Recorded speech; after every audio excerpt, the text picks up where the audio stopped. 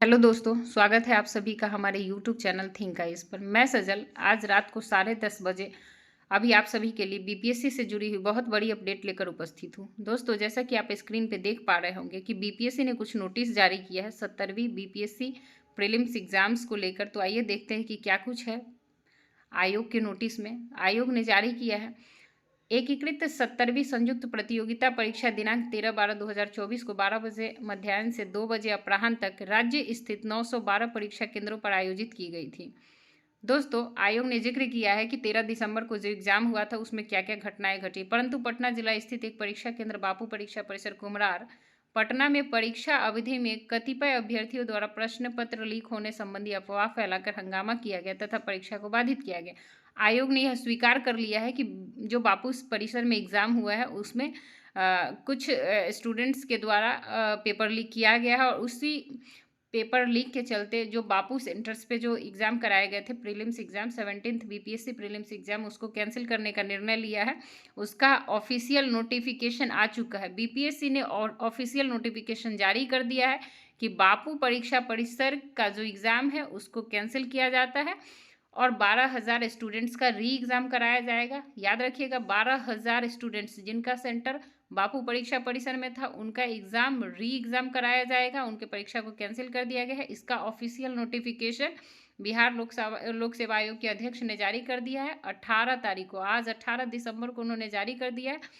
दोस्तों, अब हम बात कर लेते हैं बीपीएससी के इस नोटिस के बारे में क्या कहेंगे। अभी इतने सारे आप देख पा रहे होंगे कि 18 दिसंबर को स्टूडेंट्स ने आह्वान किया है शिक्षा सत्याग्रह का, और बीपीएससी 17th बीपीएससी के जितने भी स्टूडेंट्स हैं वो सारे स्टूडेंट्स आज पटना के गर्दनी बाग में, आज 18 दिसंबर को पटना के गर्दनी बाग में स्टूडेंट्स शिक्षा सत्याग्रह कर रहे हैं। वो अपने हक की लड़ाई लड़ रहे हैं।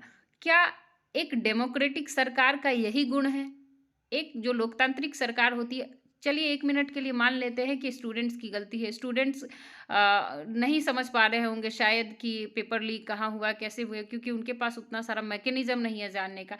लेकिन फिर भी क्या एक लोकतांत्रिक सरकार का यही गुण है कि वो बीपीएससी के जितने भी स्टूडेंट्स हैं, अगर उनके मन में कोई शंका है कि पेपर लीक हुआ है, तो क्या ऐसा सरकार की ऐसी ज़िम्मेवारी नहीं बनती? क्या आयोग की ऐसी ज़िम्मेवारी नहीं बनती, उनकी नैतिक ज़िम्मेवारी नहीं बनती है कि वो आयोग आगे आए और इस चीज़ के लिए इस चीज़ को लॉजिकली क्लियर करे, वो इस चीज़ की जाँच कराए, गहनता से जाँच कराए और फिर पता करे कि कहाँ वास्तव में पेपर लीक हुआ है, नहीं लीक हुआ है, और उसके बाद इस पर कोई निर्णय ले।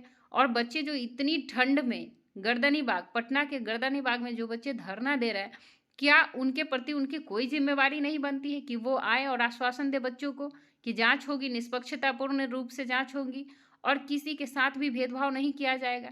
और इसके अलावा आयोग के अध्यक्ष क्या सोच के री एग्ज़ाम करा रहे हैं एक सेंटर का? क्या 12,000 students 17th BPSC prelims exam में 12,000 स्टूडेंट्स का री एग्ज़ाम होना, क्या ऐसा प्रदर्शित होता है कि जो 17th बीपीएससी प्रीलिम्स एग्ज़ाम के 12,000 स्टूडेंट्स का री एग्ज़ाम होगा, उसमें आप कैसे तय करेंगे कि बाकी के जितने स्टूडेंट्स 2,80,000 जिनका पेपर हो चुका है, उनके साथ कोई भेदभाव नहीं होगा?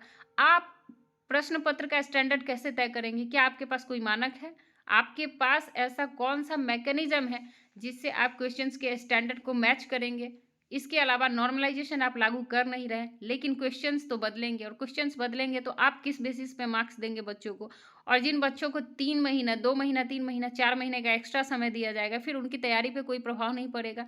क्या वो बच्चे जो एग्ज़ाम देंगे उनका रिज़ल्ट, या जो बच्चे 13 दिसंबर को जिनके बारे में आप कह रहे हैं कि शांतिपूर्ण तरीके से परीक्षा दे चुके हैं, उनके रिज़ल्ट में कोई अंतर नहीं होगा? क्या एक डेमोक्रेटिक सरकार का यही कर्तव्य है? क्या सरकार डेमोक्रेटिक नहीं रही है? सवाल यह उठता है कि क्या बीपीएससी या बिहार सरकार की कोई ज़िम्मेवारी नहीं बनती?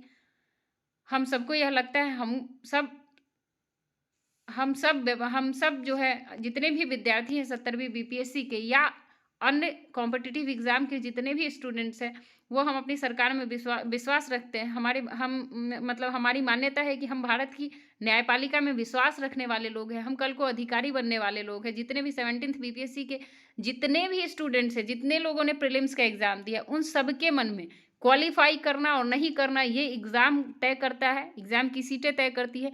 लेकिन हर बच्चा जितने बच्चे एग्ज़ाम देते हैं, उन सभी के आँखों में एक स्वप्न होता है कि बीपीएससी के अधिकारी बनेंगे, बिहार सरकार के अधिकारी बनेंगे और अधिकारी बन के राज्य की सेवा करेंगे, देश की सेवा में, देश के विकास में अपना कंट्रीब्यूशन देंगे।